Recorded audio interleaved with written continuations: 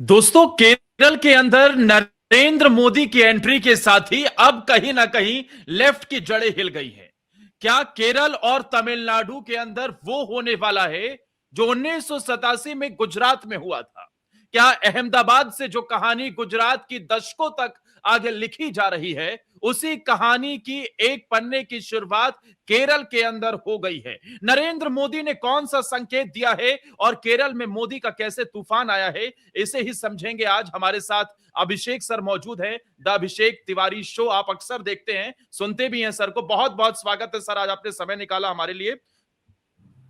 और आज सर बात केरल को लेकर करेंगे।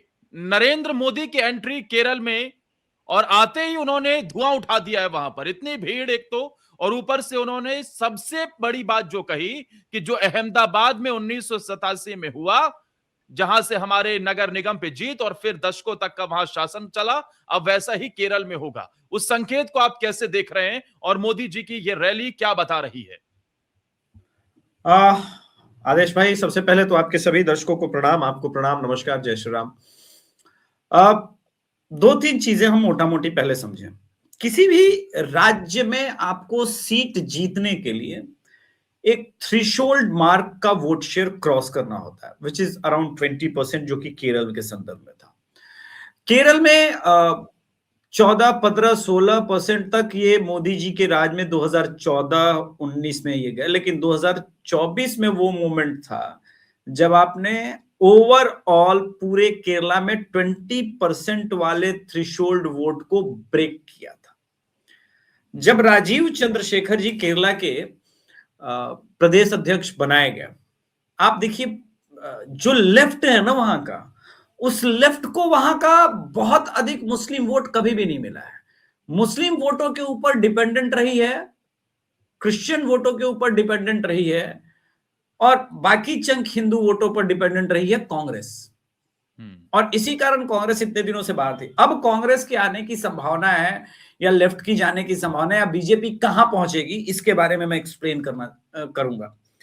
पहले हम ये समझते हैं कि जो ये नगर निगम के इलेक्शन हुए, जिसमें आपका मेयर भी बना, डिप्टी मेयर भी बना, ये उसी थ्रेशोल्ड मार्क को ब्रेक करने की परिस्थिति में आप अब पहुंचे थे। तिरुवनंतपुरम हो गया, इससे पहले आप देखिए कि त्रिशूर में हम लोग 2024 में ही बात कर रहे थे कि इस बार केरल में एक सीट जीतने की पोजीशन पे बीजेपी है।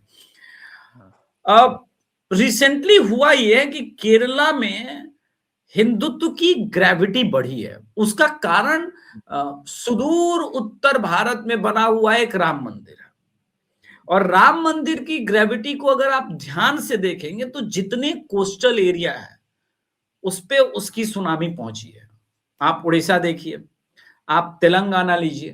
तेलंगाना में भाजपा विधानसभा में भले चमत्कार नहीं की, लेकिन लोकसभा में 8 सीटें जीती है। वो कांग्रेस के बराबर सीटें जीती है। हालांकि अगर संजय कुमार बांगी होते तो 10 जीतती। बहरहाल, यानी तेलंगाना में भी वो उफान है राष्ट्रवाद का। कर्नाटका के अगर आप कोस्टल एरिया में मैंगलुरु साइड जाएंगे तो हमेशा बीजेपी का ही वर्चस्व रहा है। इस सुनामी को जरा हम ध्यान से समझे। केरल इससे अछूता कैसे रह सकता था? शबरीमला मंदिर के गोल्ड चुराए गए। आदेश जी, बहुत इंपॉर्टेंट बात है कि जिस प्रकार से साउदर्न इंडिया के अंदर अब तक हिंदुओं को सप्रेस किया गया था और एक हिंदू आइडेंटिटी का जागरण उत्तर भारत में हो रहा था, तो ये कहा जाता है कि मानसून जब आता है तो केरल से नॉर्दर्न इंडिया की तरफ जाता है। लेकिन ये जो हिंदुत्व का मानसून है ना, ये नॉर्दर्न इंडिया से साउदर्न इंडिया की तरफ जा रहा है, और इसका प्रभाव अब आपको दिख रहा है। जैसे रैलियों में भी आपने देखा कि कितनी जबरदस्त भीड़ थी, लोग कितना सुनने के लिए आते हैं। मोदी जी का जो क्रेज है, वहां संघ बहुत पहले से आदेश भाई रहा है और बहुत बलिदान दिया है। मतलब ये कोई रातों रात केरल में ये जो आप देख रहे हैं नहीं हुआ है। 3 दशक का परिश्रम है संघ का। ऐसे में पहले जो ये संघ था वो लेफ्ट को वोट कर देता था, या फिर ऐसे लोगों को वोट कर देता था जो सेव करे, क्योंकि वो जानता था कि भाई वोट जो है बीजेपी जीतेगी नहीं। अब बीजेपी ओन 21% ये कर चुके, तो ये तो हो सकता है कि सरकार लेफ्ट की ना बने और कांग्रेस की बन जाए, मगर मुख्य विपक्षी दल बीजेपी के पोजीशन पे आएगी। और आप याद कीजिए कि त्रिपुरा में, बंगाल में लेफ्ट का समापन कैसे हुआ। जहां भी बीजेपी मुख्य विपक्षी दल बनी है, वहां लेफ्ट समाप्त हुआ और अंततोगत्वा फिर वहां पर भाजपा का शासन हुआ है। तो मेरा ये बिल्कुल। मानना है कि ये किले का दरवाजा तोड़ने वाला तो चुनाव है ही केरल के अंदर, और लेफ्ट का अंतिम किला भी ढहने वाला है। और इसी के साथ पूरे देश में लेफ्ट सिर्फ कांग्रेस ऑफिस, जेएनयू के कुछ गेट के उचक्कों के पास रह जाएगी, बाकी लेफ्ट का हर जगह से समापन हो जाएगा। लेफ्ट के साथ अब क्या ये कांग्रेस पार्टी का गढ़ भी हिलाने वाला होगा? मोदी जी का टारगेट अभी सर आपको क्या नजर आ रहा है? क्या लेफ्ट को हटा देना है या फिर अभी कांग्रेस को झटका देना है? क्योंकि जहां जहां बीजेपी ने पैर जमाए हैं, वहां कांग्रेस की भी स्थिति कुछ अच्छी नहीं रही। कांग्रेस तो अब लड़ाई में नजर ही नहीं आती है। हालांकि इस नगर निकाय इलेक्शन में केरल में जरूर उसे जीत हासिल हुई, लेकिन उसके बाद जिस तरीके से हमने देखा, एबीवीपी ने वहां एक कॉलेज के अंदर सरकारी आईटीआई में निर्विरोध जीत हासिल कर ली। आरएसएस का वहां पैर जमाना क्या बता रहा है कि किंग मेकर बन सकती है क्या भारतीय जनता पार्टी, और झटका किसके लिए ज्यादा है? नहीं नहीं, मैं अभी भी देखिए केरल के बारे में, चूंकि मैं और आप दर्शकों से हम लोग को लॉयल रहना चाहिए, जो रियलिटी है, जो पिक्चर है, हाँ। इसमें कोई संदेह नहीं कि बीजेपी का राइज केरल के अंदर बहुत अच्छा है। पर ये चुनाव केरल में कांग्रेस जीतेगी, उसके पास कैडर भी मजबूत है। और जब से वहां पर प्रियंका वाड्रा गई है, चीजों को और ज्यादा बेटर किया। प्लस मुस्लिम लीग के साथ अलायंस का मतलब ये है कि केरला में अब आप देखिए कि एसडीपीएफआई जो स्टूडेंट विंग रहा है मुसलमानों का, जो कि कर्नाटका में खुल करके कांग्रेस के साथ था, वो भी साथ में खड़ा है। तो पूरा मुस्लिम वोट बैंक, कुछ हिंदू वोट बैंक, और प्लस प्रैक्टिसिंग क्रिश्चियन है राहुल गांधी, तो उसका एक प्रभाव तो मिलता है। और वो सारी चीजें कांग्रेस के लिए एक मजबूत अभी निर्माण कर रही है। चूंकि एंटी इनकम्बेंसी लेफ्ट के अगेंस्ट है, तो लेफ्ट की का वोट तो कंप्लीट उधर शिफ्ट नहीं होगा। तो बीजेपी इस चुनाव में एक मजबूत विपक्ष के रूप में अवश्य उभर सकती है, लेकिन मैं नहीं मानता कि वो सत्ता के दरवाजे तक पहुंच रही है। कम से कम केरल में तो यह नहीं होने जा रहा है। लेकिन नरेंद्र मोदी जी का करिश्मा, योगी आदित्यनाथ जी जितना कुछ ऐड ऑन कर पाएंगे वहां पर, एक बार मंदिर पॉलिटिक्स वहां पर शुरू हो गया, जो कि ऑलरेडी सबरीमाला में आपने देखा होगा कि पैटर्न को लेकर के ईडी ने 40 जगहों पे छापे मारे। तो वो फिर आपकी आइडेंटिटी के साथ, आपकी पहचान के साथ जुड़ जाता है। और भाजपा को ये बहुत अच्छे से पता है कि साउदर्न इंडिया में हमने आज तक हिंदुओं से उनकी आइडेंटिटी नहीं पूछी। अब ये सही समय है नरेंद्र मोदी जी के राज में कि उनकी आइडेंटिटी पूछना है कि तुम कौन हो, तुम्हारी पहचान क्या है, और क्या तुम अपने पहचान को वैल्यू करते हो या नहीं करते हो। और इसी पॉलिटिक्स ने उनको तेलंगाना में अप्रत्याशित सफलता दर्ज कराई। आप देखिए आंध्रा में जो चंद्रबाबू नायडू हाशिए पर चले गए थे, जब कंप्लीट हिंदुत्व पॉलिटिक्स हो रही थी, और वहां पर जो एक्टर हैं पवन, तो हाँ। पवन कल्याण जब आए और नरेंद्र मोदी जी के साथ हाथ मिलाया, तो चंद्रबाबू नायडू वापस फ्रेम में और ऐसे आए कि वाइप आउट हुए। और उन्होंने भी वहां तिरुपति के अंदर जितनी गड़बड़ियां थी उस पर ध्यान दिया और ये सब चीज को कोर्स करेक्ट किया। अगर आप तमिलनाडु में जाएंगे तो इसी पॉलिटिक्स को फॉलो करते हुए देखेंगे कि वहां भी हाईकोर्ट ने दीपोत्सव को लेकर के जजमेंट दिया, मगर डीएमके करने नहीं दे रही है। मगर बीजेपी का कार्यकर्ता हर एक हिंदू तक पहुंच रहा है, बोल रहा है कि ये देखो, अब ये तुम्हारी दुर्दशा आ गई है मुसलमानों और ईसाइयों के कारण, कि तुम हजारों वर्षों से जो कर रहे हो वो तुम्हें नहीं करने दिया।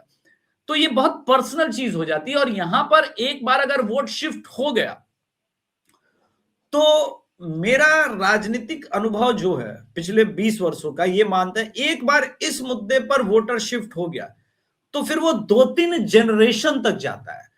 तो केरला में इस बार हो सकता है कि वो मुख्य विपक्षी दल तक या कुछ अधिक सीटों तक ही बीजेपी को रहे, मगर आने वाले समय में बीजेपी अपना पांव भी जमाएगी और सत्ता में भी आएगी, इसमें कोई संदेह मुझे नजर नहीं आता। और इसमें आपको इस बार के चुनाव में अब दो कौन से सबसे बड़े मुद्दे नजर आते हैं? क्या सबरीमाला और डेवलपमेंट का मुद्दा काफी है वहां पर बीजेपी को और मजबूती दिलाने के लिए? क्योंकि आज भी मोदी जी ने जिक्र किया कि सबरीमाला का सोना चुरा लिया है, और उसमें भी हिंदुओं के साथ जो कुछ भी किया गया है वामपंथी दलों ने, वो बिल्कुल भी उचित नहीं है। आप बिल्कुल, एक तो मंदिर वाली पॉलिटिक्स तो करेंगे ही, वो तो हाँ। पॉलिटिक्स नहीं है, चूंकि हमारा भाई सोना हमारा ना, तो मंदिर आपने बनाया।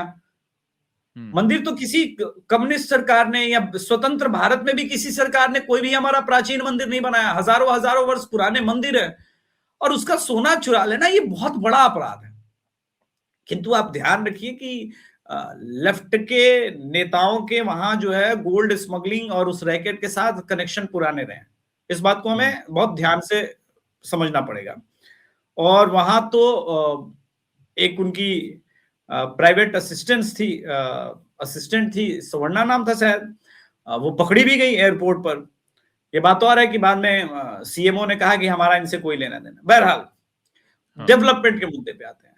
जहां के सांसद राहुल गांधी रह चुके हैं और प्रियंका वाड्रा जहां से हैं, उस वायनाड में एक बढ़िया टॉप नॉच क्वालिटी का हॉस्पिटल नहीं है। आप सोचिए, 100% डेवलप। दरअसल होता क्या है, वहां नर्सिंग की पढ़ाई होती है और खूब होती है हम्म। नर्सिंग की पढ़ाई केरला के अंदर। तो केरला में जितने ये नर्सिंग की पढ़ाई होती है, तो आप देखिए कि आप नॉर्दर्न इंडिया में भी केरला के आपको नर्सेस मिल जाएंगे, आपको बिल्कुल।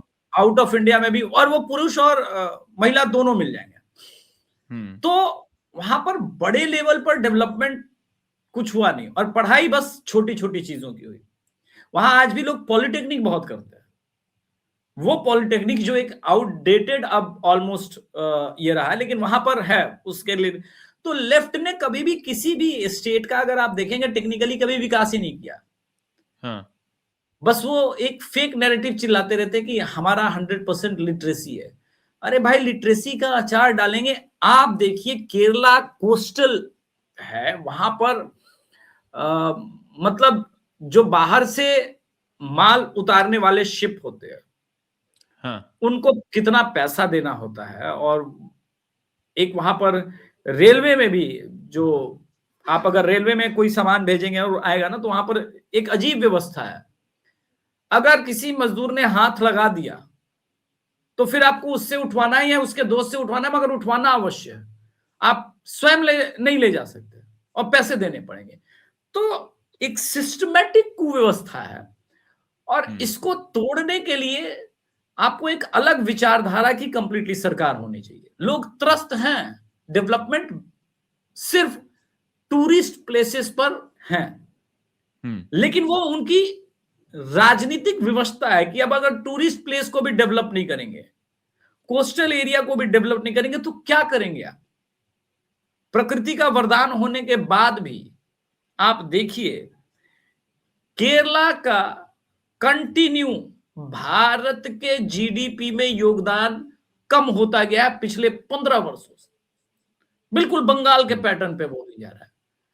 तो ये दुर्दशा तो जारी रहेगी। बिल्कुल। अब वायनाड छोड़ दीजिए सर, मैं तो उस इलाके से आता हूं, प्रतापगढ़, जहां से बगल में अमेठी है, बगल से रायबरेली है।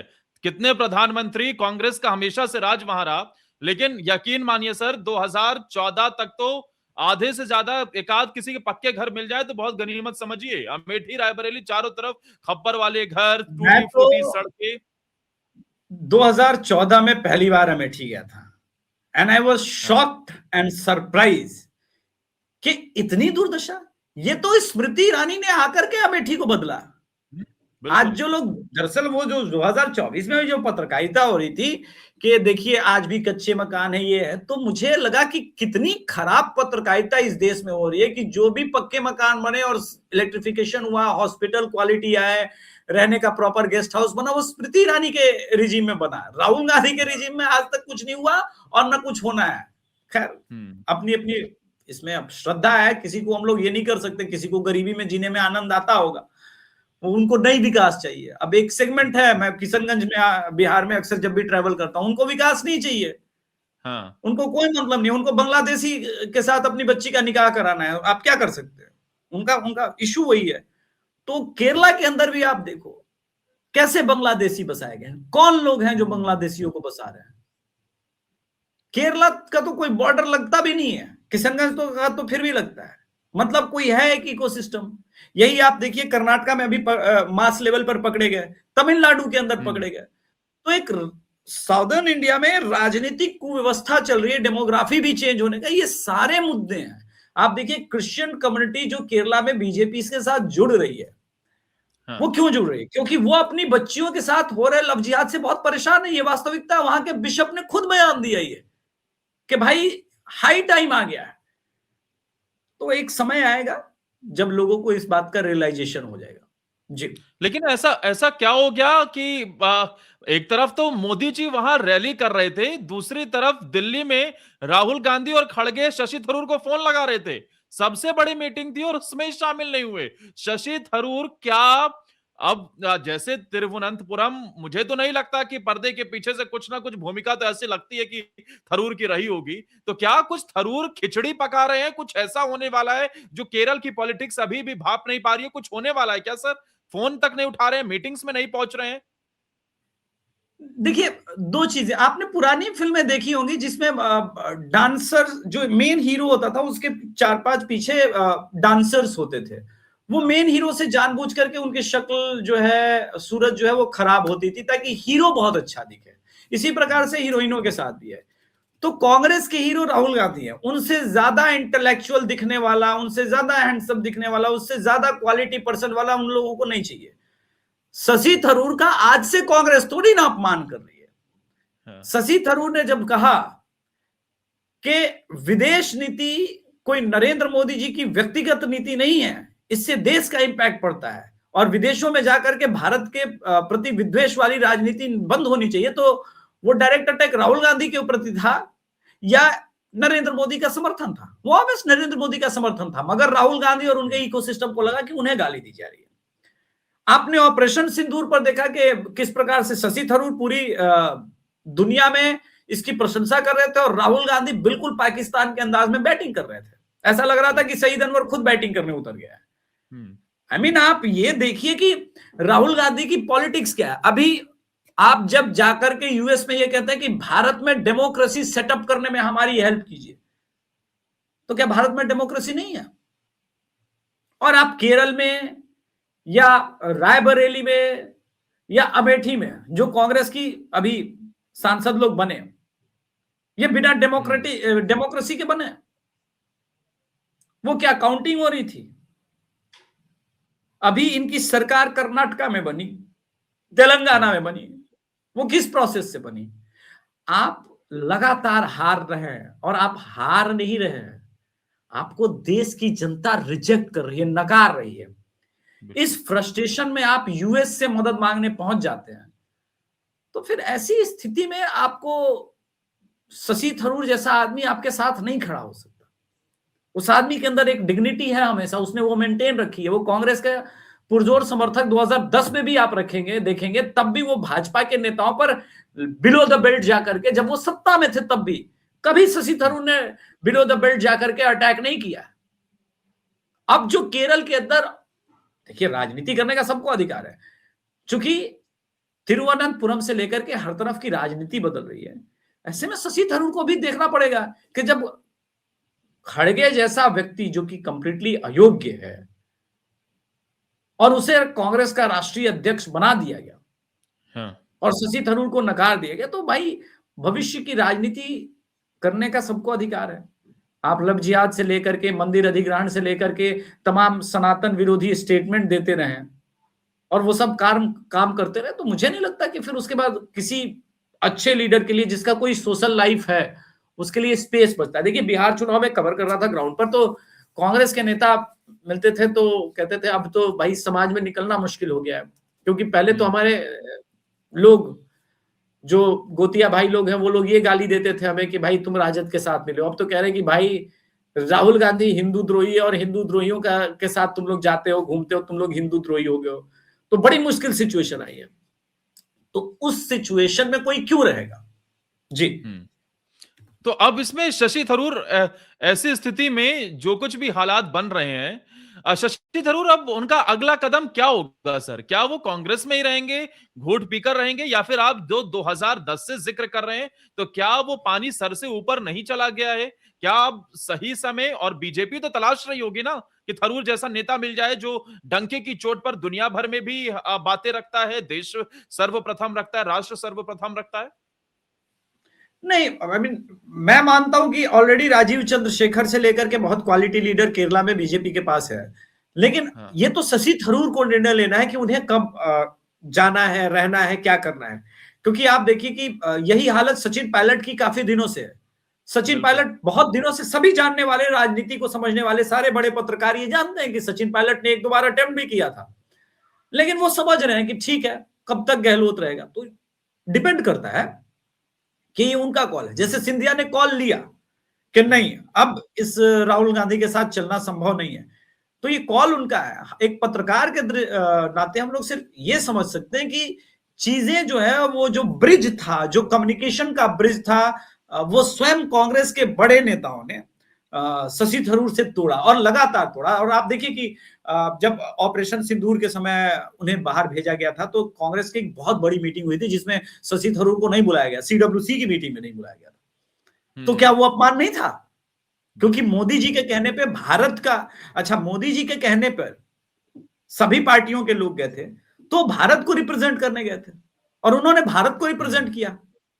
लेकिन उस वक्त राहुल गांधी और उनका इकोसिस्टम पूरी तरह से पाकिस्तान के लिए बैटिंग कर रहा था। तो असहज स्थिति तो आपने स्वयं पैदा की है। जी। तो यानी कि अब वो पायलट की तरह हो सकते हैं या सिंधिया की तरह हो सकते हैं, ये खुद थरूर को डिसाइड करना है। सर, सिंधिया का जिक्र आपने किया, तो मुझे ये बताइए कि केरल की पॉलिटिक्स में कुछ एमपी वाला फील और लुक एंड फील दिखता है जो वो ऐसा कर सकते हैं मतलब मैं समझना चाहता हूं कि थरूर के हाथ में क्या इतनी शक्ति होगी कि वो यूडीएफ के कुछ विधायकों को तोड़ सके, वहां के कुछ नेताओं को अपने पक्ष में लाकर भारतीय जनता पार्टी में शामिल कर जाए। ना, मैं नहीं मानता कि इतनी शक्ति है। हाँ। वहां का यूडीएफ जो है वो थोड़ा सा अलग ढंग से फंक्शन करता है। और भाजपा ये केरला में अटेम्प्ट भी नहीं करेगी। वो इसलिए नहीं करेगी क्योंकि भाजपा ऑलरेडी समझ चुके हैं कि हमारा वोट शेयर 20% को क्रॉस कर चुका है। और ये वो थ्रेशोल्ड, जैसे कि आप बंगाल का, हम लोग हमेशा कहते थे कि बंगाल में बहुत अधिक सीटें कन्वर्ट होने लगेगी जब 23% का हम लोग ब्रेक करेंगे। और अभी भी जब बंगाल का मैं एनालिसिस करता हूं तो मैं बार बार कहता हूं कि जिस दिन बीजेपी ने 41% का मार्क हिट किया, वो सीधे सत्ता में आएगी। अभी 39% के आसपास ऑलरेडी है। तो इसी प्रकार से बीजेपी केरला में उस पोजीशन पर अब पहुंच गई कि यहां से अपना इकोसिस्टम बिल्ड करके स्वयं आगे जाने का है। अगर वहां से अभी से ब्रेक करने लगेंगे, तोड़ जोड़ के राजनीति करने लगेंगे, तो जो आपके साथ जुड़े हुए हैं वो छिटकेंगे।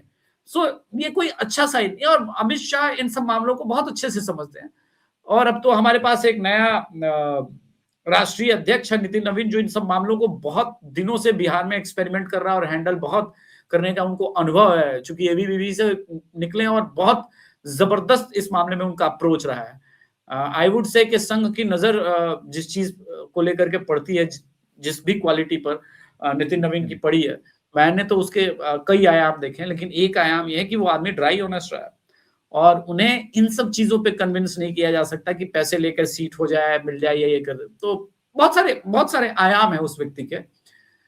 तो मैं नहीं मानता कि केरला में ये स्थिति बनेगी, लेकिन एक स्थिति ये आ सकती है कि इन चुनाव से पहले क्या पता थरूर ही कांग्रेस का साथ छोड़ जाए और उसके साथ जो है वो, फिर उसके बाद देखते हैं 30% पे आप पहुंचते हैं, 29% पे पहुंचते हैं। पहले हम ये देखेंगे चुनाव जैसे जैसे क्लोज होगा कि कहां कितनी पोजीशनिंग हो रही है, उसके आधार पर पता चलेगा कि कितनी सीटें जीत सकते हैं।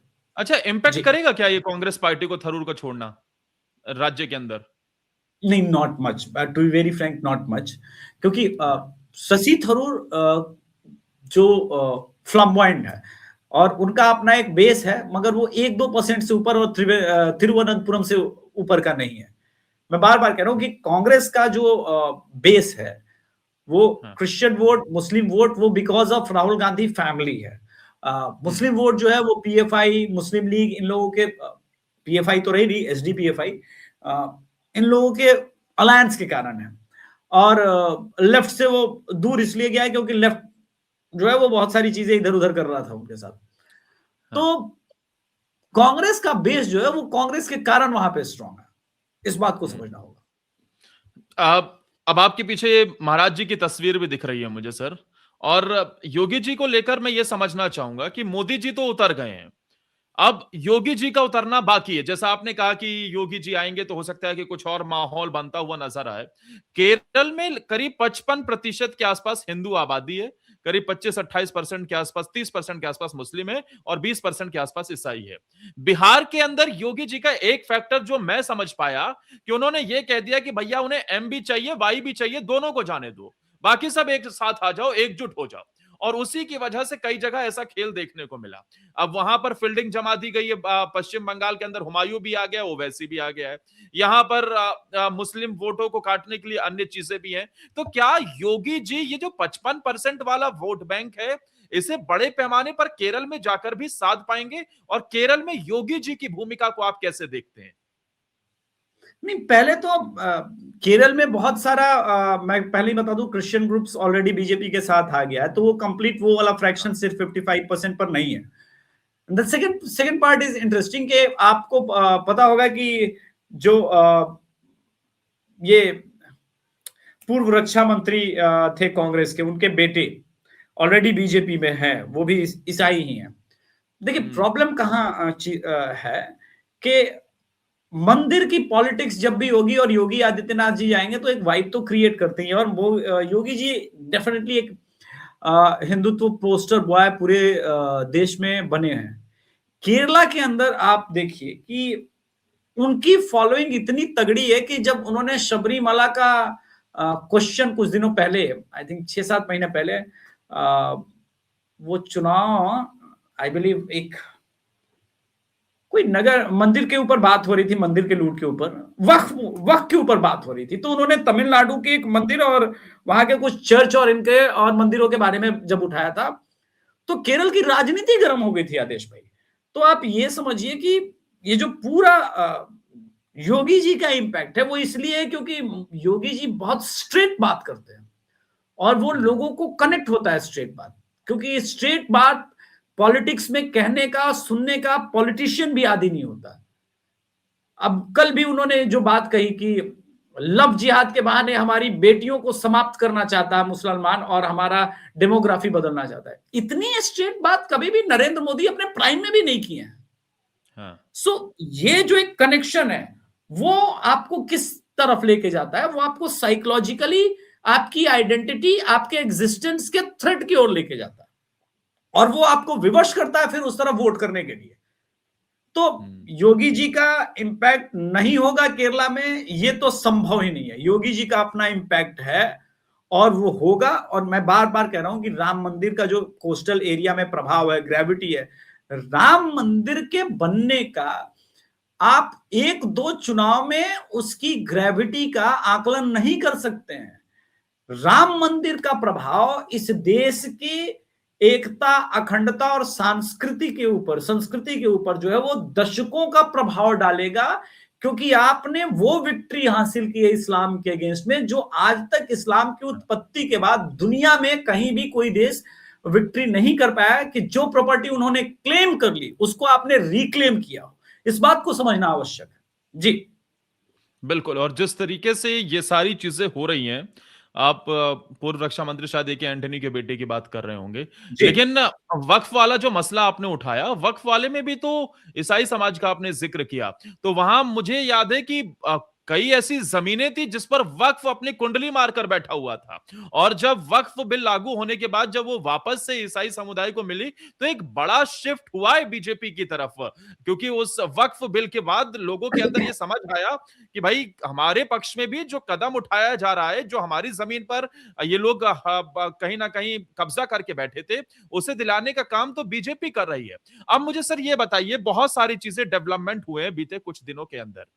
आरएसएस के सबसे ज्यादा पूरे देश में डेंसिटी के हिसाब से केरल के अंदर शाखाएं होना, लंबे समय से मेहनत करना, निकाय चुनाव में बीजेपी की जीत, वोट परसेंट तिरुवनंतपुरम की राजधानी में जीत, वोट परसेंट 20% से ज्यादा जाना, एबीवीपी का निर्विरोध एक जगह पर जीत जाना, और शशि थरूर का नाराज होना, और कहीं ना कहीं वामपंथ का धीरे धीरे सिकुड़ना, ये सब क्या संदेश दे रहे हैं?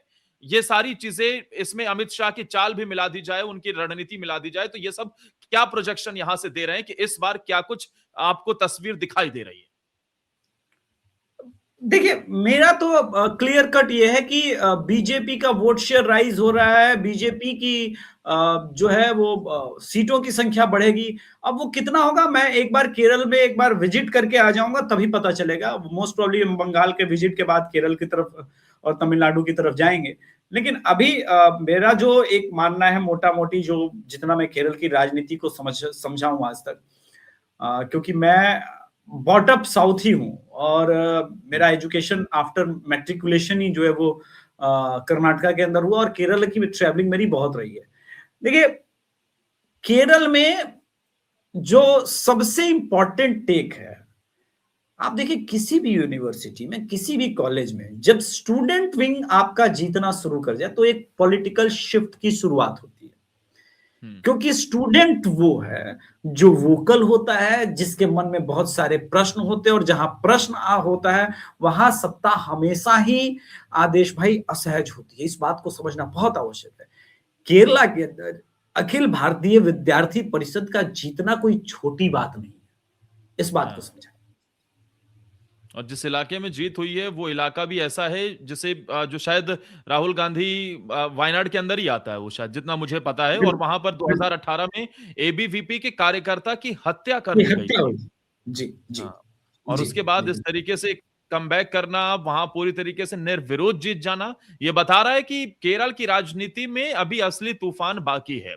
आप कह रहे हैं कि जरूर नींव पड़ गई है जो मोदी जी कह रहे हैं, कुछ परिणाम भी जरूर देखने को मिलेगा, लेकिन हाँ, सत्ता बनाने और मुख्यमंत्री बनाने की जो बात जेपी नड्डा ने भी बीते दिनों नितिन नवीन की ताजपोशी के दौरान की, वो शायद संभव नजर आए, लेकिन उसके लिए आपको एक चुनाव और वेट करना पड़े। लेकिन इस बार दो भूमिकाएं मुझे नजर आ रही है, सीटें बढ़ेंगी क्योंकि वहां यूडीएफ एलडीएफ टक्कर के दोनों के बीच में कांटे की टक्कर होती है, तो उसमें तीसरी पार्टी कहीं ऐसा ना हो कि किंग मेकर की भूमिका में आ जाए, फिर उन दोनों देखिए, का क्या दो होगा। तीन चीजें होती है जब आप किले पर कब्जा तब होता है जब आप किले का दरवाजा तोड़ देते हैं।